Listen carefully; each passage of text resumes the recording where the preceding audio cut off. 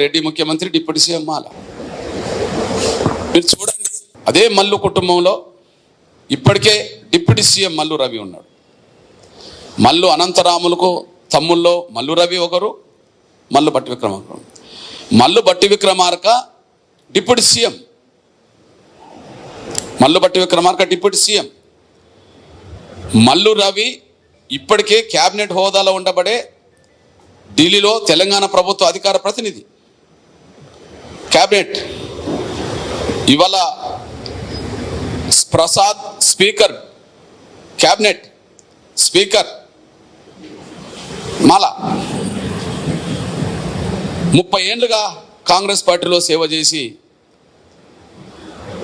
నా సొంత జిల్లా వాసికి 80% జిల్లా మాదిగలున్న జిల్లా వాసి అయిన సంపత్ కుమార్కు అవకాశం ఇవ్వకుండా ఇచ్చిందంటే అక్కడ మా గాడ్ ఫాదర్ లేకపోవడం వల్లనే. వీళ్ళ గాడ్ ఫాదర్లు ఉన్నారు. ఎందుకంటే కాంగ్రెస్ పార్టీ జాతీయ అధ్యక్షుడిగా ఉండబడే మల్లికార్జున్ ఖర్గేనే ఎస్సీ మాల కర్ణాటక. మీరు గమనిస్తే కాంగ్రెస్ పార్టీలో జాతీయ అధ్యక్షుడిగా దామోదర్ సంజయ్ కూడా ఉన్నాడు, ముఖ్యమంత్రినే కాదు. కాంగ్రెస్ పార్టీలో జాతీయ అధ్యక్షుడిగా బి శంకరానంద్ ఉన్నాడు, ఆయన కర్ణాటక మాలే. ఇప్పుడు కాంగ్రెస్ పార్టీ జాతీయ అధ్యక్షుడు మల్లికార్జున్ ఖర్గే మాలే. వాళ్ళకి అక్కడ గాడ్ ఫాదర్లు ఉన్నారు. ఇక్కడ జనాభా చూడరు, మా వాళ్ళ సేవలు కూడా చూడరు.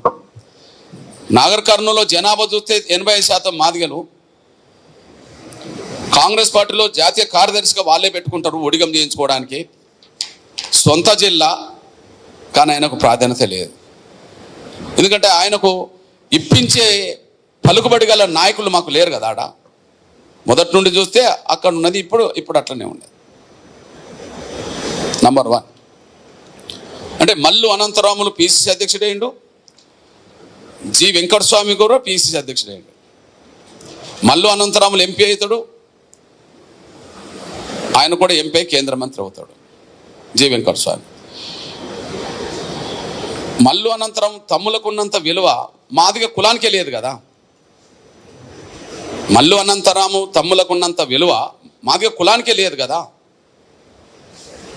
ఎంత అన్యాయం.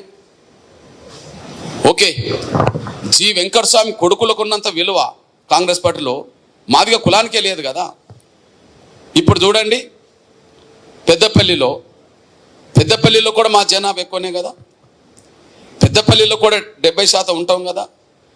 పెద్దపల్లి పార్లమెంట్ పరిధిలోనే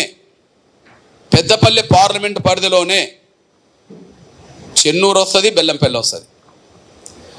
పెద్దపల్లి పార్లమెంట్ పరిధిలోనే చెన్నూరు వస్తుంది, బెల్లంపల్లి కూడా వస్తుంది, ఎస్సీ రిజర్వేషన్. బెల్లంపల్లి నుంచి వెంకటస్వామి గారు పెద్ద కొడుకే కదా G Vinod MLA. Peddapalli parliament పరిధిలోని అసెంబ్లీ నియోజకవర్గాలు ఉన్న కాడ బెల్లంపల్లిలో జి వినోద్ ఉన్నాడు ఎమ్మెల్యే. జి వినోద్ తమ్ముడు అనబడుతున్న వివేక్ చెన్నూరు నుంచి ఎమ్మెల్యే ఉన్నాడు. వినోద్ ఎమ్మెల్యేగా ఉన్నాడు, అదే పరిధిలో వివేక్ ఎమ్మెల్యే ఉన్నాడు. ఇద్దరు అన్నదమ్ములు. ఇక్కడ ఇద్దరు అన్నదమ్ములు కదా. అక్కడ ఇద్దరు అన్నదమ్ములకు ఆ పార్లమెంట్ పరిధిలో 2 ఎమ్మెల్యేలు ఉండే అదే కుటుంబంలో మళ్ళా మూడోది గడ్డం వంశీ వివేక్ కొడుకు టికెట్ తెచ్చుకోగలిగాడు. ఇది ఎంత అన్యాయం.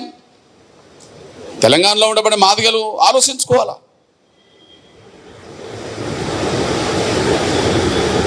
తెలంగాణలో రెడ్ల రాజ్యం నడుస్తుంది, లేదా మాలల రాజ్యం నడుస్తుంది.